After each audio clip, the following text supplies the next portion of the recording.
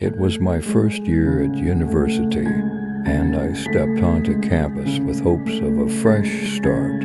When I entered my dorm room, I met my roommate, Mark. My first impression of him was that he was quiet and introverted, but that didn't bother me. In fact, it seemed like a good opportunity to keep to myself. For the first few weeks, Mark and I got along just fine. However, over time, I began to notice his odd behavior.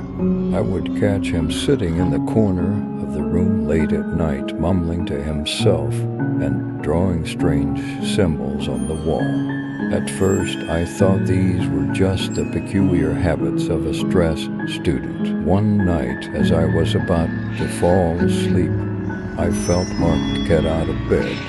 I opened my eyes slightly and saw him leaning over me. His eyes were closed, and he seemed to be in a trance. As I tried to understand the words he was repeating, I heard him say, "They are coming for you." I was shocked but remained silent, frozen in my bed. The next day, when I asked Mark about the night before, he didn't remember anything.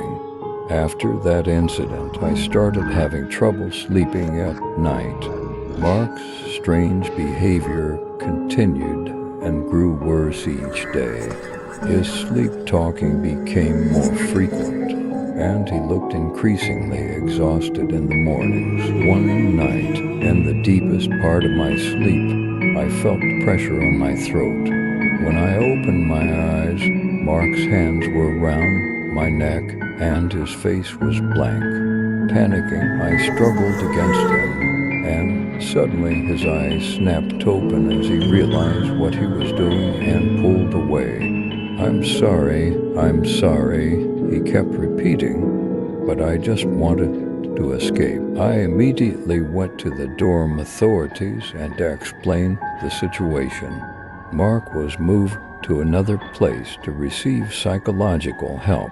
But after that night, I couldn't continue staying in that room. I moved to a new room with a new roommate, but my peace never returned. A few months later, I learned that Mark had committed suicide. After his death, a strange note was found in his room. I told him, "They are coming." Years have passed, but I have never forgotten the feeling of pressure on my throat and Mark's vacant eyes that night. Who were they, and now are they watching me?